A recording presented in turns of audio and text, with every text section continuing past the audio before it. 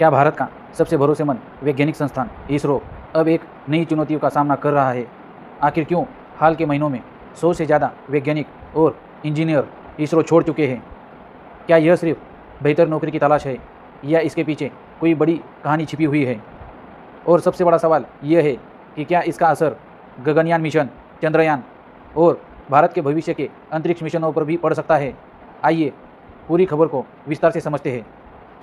दोस्तों, अगर इसरो की बात करें तो यह सिर्फ एक अंतरिक्ष एजेंसी नहीं है, बल्कि भारत के सबसे बड़े वैज्ञानिक संगठनों में से एक है।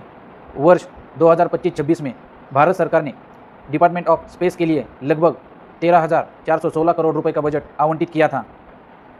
इसी बजट में इसरो अपने रॉकेट, उपग्रह, गगनयान, चंद्रयान मिशन, सौर मिशन, अनुसंधान और नई तकनीकों पर काम करता है। इसरो का मुख्यालय बेंगलुरु में है, लेकिन इसके प्रमुख केंद्र पूरे भारत में फैले हुए हैं।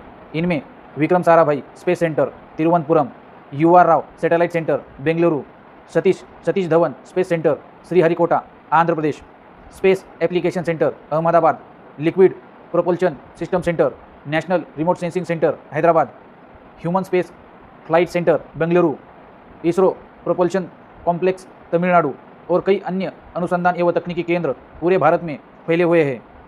अगर कर्मचारियों की बात करें तो इसरो और डिपार्टमेंट ऑफ स्पेस के विभिन्न केंद्रों में वर्तमान में लगभग 16,600 से अधिक कर्मचारी कार्यरत है।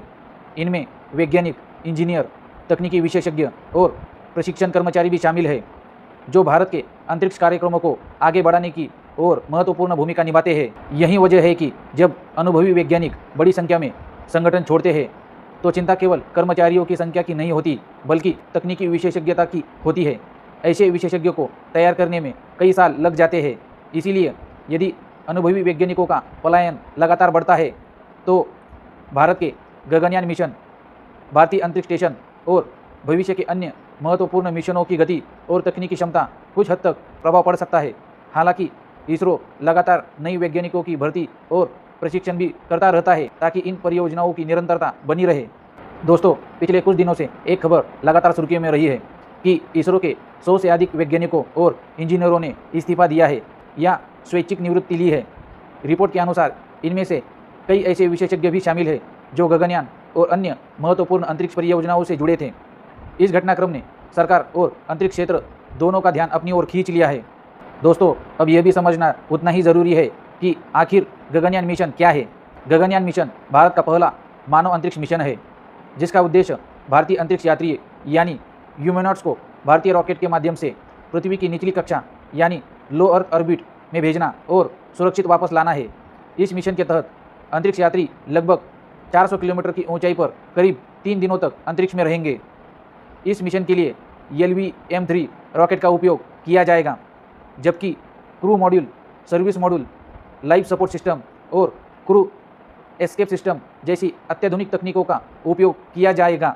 गगनयान सिर्फ एक अंतरिक्ष यात्रा नहीं, बल्कि भारत को उन चुनिंदा देशों की श्रेणी में शामिल करने वाला मिशन है जिन्होंने अपने दम पर इंसानों को अंतरिक्ष में भेजने की क्षमता विकसित की है। यही वजह है कि इस मिशन से जुड़े अनुभवी वैज्ञानिकों का महत्व बहुत अधिक माना जाता है।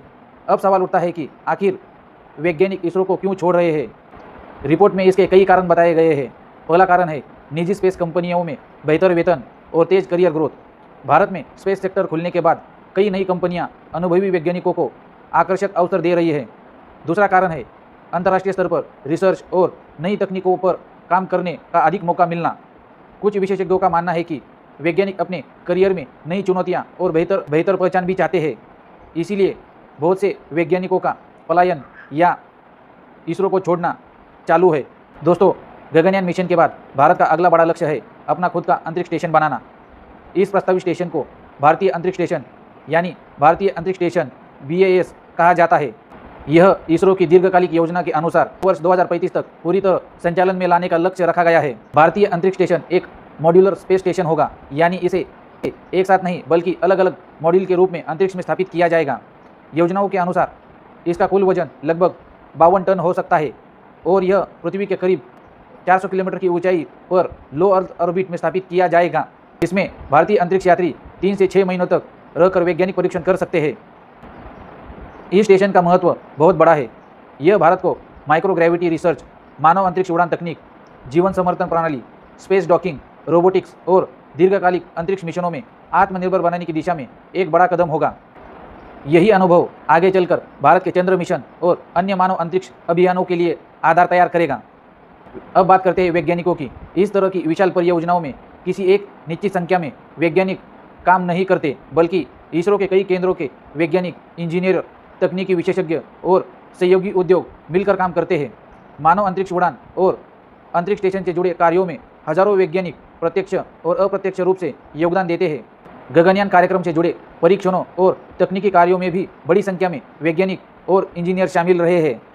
अगर अनुभवी वैज्ञानिकों की संख्या कम होती है तो इसका असर परियोजनाओं की गति और तकनीकी क्षमता पर पड़ सकता है। अंतरिक्ष स्टेशन जैसे मिशन में जीवन समर्थन प्रणाली, क्रू मॉड्यूल, डॉकिंग तकनीक, संरचनात्मक डिजाइन, सुरक्षा परीक्षण और मिशन संचालन जैसे अत्यंत जटिल कार्य शामिल होते हैं। इन क्षेत्रों में अनुभवी वैज्ञानिकों की भूमिका बहुत महत्वपूर्ण होती है। विशेषज्ञों की कमी होने पर नई टीमों को प्रशिक्षण करने में अधिक समय लग सकता है, तकनीकी ज्ञान का हस्तांतरण धीमा हो सकता है और कुछ परियोजनाओं की समय सीमा पर दबाव बढ़ सकता है। हालांकि इसरो लगातार नई प्रतिभाओं को तैयार करने और संस्थागत क्षमता बढ़ाने पर काम कर रहा है। इसीलिए इसे केवल संकट के रूप में नहीं, बल्कि एक ऐसी चुनौतियों के रूप में देखा जाना चाहिए जिसमें अनुभवी वैज्ञानिकों को बनाए रखना और नई पीढ़ी को प्रशिक्षण देना जरूरी है। साल 2020 में सरकार ने अंतरिक्ष क्षेत्र निजी कंपनियों के लिए खोल दिया था, जिसके बाद कई भारतीय स्पेस स्टार्टअप और निजी कंपनियां तेजी से उभरी। इनमें से Skyroot aerospace, Agnikul Cosmos, pixel, इस तरह की बहुत सारी कंपनियां इसमें काम कर रही है। ये कंपनियां छोटे और बड़े रॉकेट, सैटेलाइट, अंतरिक्ष तकनीकी, प्रोपल्शन सिस्टम, स्पेस डेटा और पृथ्वी अवलोकन जैसे अत्याधुनिक तकनीकों पर काम कर रहे हैं। इन कंपनियों में कई बार अनुभवी वैज्ञानिकों और इंजीनियरों को बेहतर वेतन, तेज करियर ग्रोथ, नई तकनीकों पर काम करने का अवसर और अधिक लचीलापन मिलता है। यही कारण है कि कुछ विशेषज्ञ सरकारी संस्थानों से निजी क्षेत्र की ओर जा रहे हैं। हालांकि इसका मतलब ये नहीं है कि वे भारत के अंतरिक्ष कार्यक्रमों से अलग होते जा रहे हैं।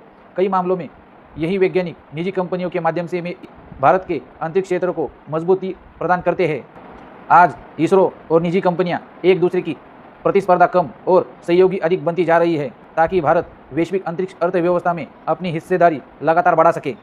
दोस्तों, इन इस्तीफों के बाद सरकार ने भी तुरंत कदम उठाए हैं। डिपार्टमेंट ऑफ स्पेस ने एक नया निर्देश जारी किया है, जिसके तहत अब गगनयान और अन्य रणनीतिक परियोजनाओं पर काम कर रहे वैज्ञानिकों के इस्तीफे पहले की तरह सामान्य प्रक्रिया की मंजूरी नहीं दी जाएगी। ऐसे मामलों में अंतिम निर्णय डिपार्टमेंट ऑफ स्पेस के स्तर पर लिया जाएगा। इसका उद्देश्य महत्वपूर्ण परियोजनाओं में विशेषज्ञों की उपलब्धता बनाए रखना है। केंद्रीय विज्ञान एवं प्रौद्योगिकी मंत्री डॉक्टर जितेंद्र सिंह ने कहा है कि किसी भी बड़े संस्थान में लोग आते हैं जाते हैं। उनके अनुसार इसरो की भविष्य की योजनाएं पहले की तरह जारी है और भारत आने वाले वर्षों में गगनयान, भारतीय अंतरिक्ष स्टेशन, नए पृथ्वी अवलोकन उपग्रह और कई अन्य महत्वपूर्ण मिशनों में काम कर रहा है। यानी फिलहाल दो बातें एक साथ हो सकती है। पहली, अनुभवी वैज्ञानिकों का जाना निश्चित रूप से चिंता का विषय है। दूसरी ओर सरकार और इसरो का कहना है इससे मिशनों को रुकने नहीं दिया जाएगा और नई प्रतिभाओं को लगातार तैयार किया जाएगा। इसीलिए अभी यह कहना जल्दबाजी होगा कि भारत के अंतरिक्ष कार्यक्रम पर इसका गंभीर प्रभाव पड़ेगा। अब सबसे बड़ा सवाल आपसे, क्या भारत को अपने वैज्ञानिकों को रोकने के लिए बेहतर वेतन, बेहतर रिसर्च सुविधाएं और अधिक अवसर देने चाहिए, या फिर यह एक सामान्य प्रक्रिया है जो हर बड़े वैज्ञानिक संगठनों में होती रहती है? आपकी राय क्या है, ज़रूर बताइए।